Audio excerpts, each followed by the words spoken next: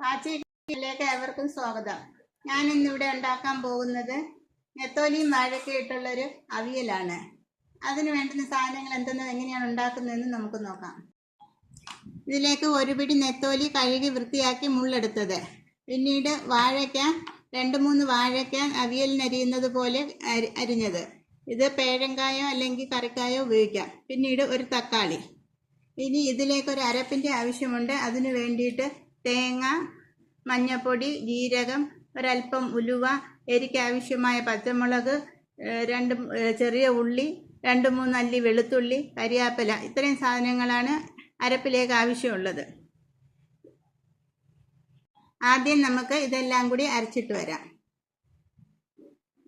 ഇനി ഈ നെത്തോലിയിലേക്ക് നമ്മൾ അരിഞ്ഞു വെച്ച വാഴക്കയും ചേർത്ത് അരച്ച അരപ്പും ചേർത്ത്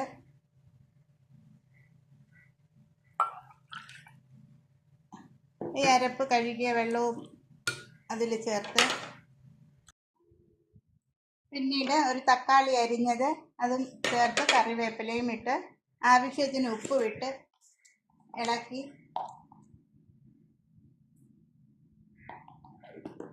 ഇത് വേവിക്കാം. ആവശ്യത്തിന് ഉപ്പും ഇട്ട് ഇതിളക്കി ഇനി ഇത് അടുപ്പിൽ വെച്ച് വേവിക്കാം. ഇങ്ങനെ നികക്കയുള്ള ഒരു വെള്ളം മതി, ഒരുപാട് വെള്ളമൊന്നും വേണ്ട. വാഴയ്ക്ക പെട്ടെന്ന് തന്നെ വേവും.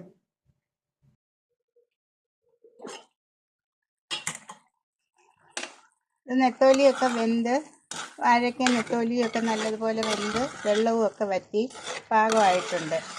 ഇനി ഇതിലേക്ക് ഒരല്പം കടുക് താളിച്ചൊഴിക്കേണ്ടതായിട്ടുണ്ട്.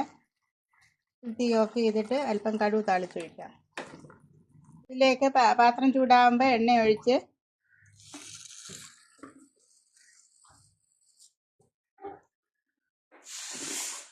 കടുകിട്ട്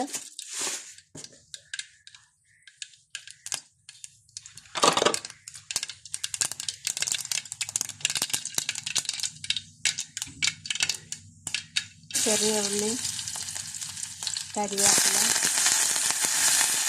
ഉണക്കമുളക് ഇതെല്ലാം മൂപ്പിച്ച് നമ്മൾ ഈ വാഴക്കയിലേക്ക്, ഈ അവിയലിലോട്ട് ഒഴിക്കുന്നു. ഇതെല്ലാം മൂപ്പിച്ച് നമ്മൾ അവിയലിലേക്ക് ഒഴിക്കുന്നു.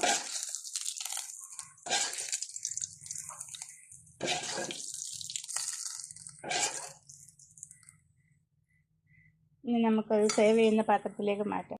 അങ്ങനെ നമ്മുടെ നെത്തോലിയും വാഴക്കയും ചേർന്നുള്ള അവിയൽ തയ്യാറ്. വളരെ ടേസ്റ്റിയാണ്. എല്ലാവരും ഒന്ന് ട്രൈ ചെയ്ത് നോക്കണം. എൻ്റെ ഈ അവിയൽ ഇഷ്ടമാവുകയാണെങ്കിൽ ലൈക്ക് ചെയ്യണം, ഷെയർ ചെയ്യണം, സബ്സ്ക്രൈബ് ചെയ്യണം. Thank you.